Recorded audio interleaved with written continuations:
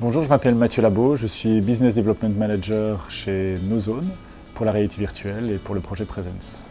Il y a 3 ans, on a commencé à développer une solution pour la réalité virtuelle, pour faire du film immersif. L'objectif étant de plonger les gens au milieu d'un film, à l'intérieur d'un film.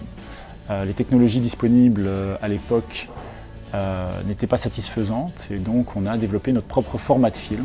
Un format qui permet non seulement de regarder donc en 360, de regarder autour de soi, mais aussi de se balader dans l'image librement au moment où on regarde le film, avec un casque de réalité virtuelle évidemment. On rencontre un certain succès et qui fait que le projet prend de l'ampleur, au point qu'on a intéressé une multinationale du jeu vidéo qui s'appelle Starbreeze. Starbreeze nous a donc racheté au mois d'octobre de l'année passée et donc a décidé d'investir assez intensivement dans le projet. Donc pour le moment, on est en train de recruter des développeurs pour pouvoir améliorer le format et pour pouvoir le rendre plus flexible et plus facile d'utilisation pour ceux qui désirent créer des films en présence. Beaucoup de choses ont changé. D'une part, voilà, on est intégré dans une structure d'une multinationale, donc on doit aussi s'habituer à ça, à travailler dans des projets avec une ambition, on va dire, et des enjeux qui sont peut-être un peu plus grands que ce qu'on avait avant.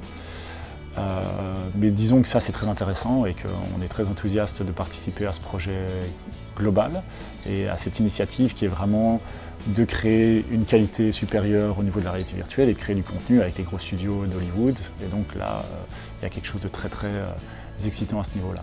On a agrandi l'équipe, on cherche toujours à l'agrandir. C'est pas toujours évident de trouver les bons profils parce qu'on cherche des profils qui sont très spécifiques, très pointus, puisqu'on a fait une technologie qui est bien spécifique, une approche assez novatrice.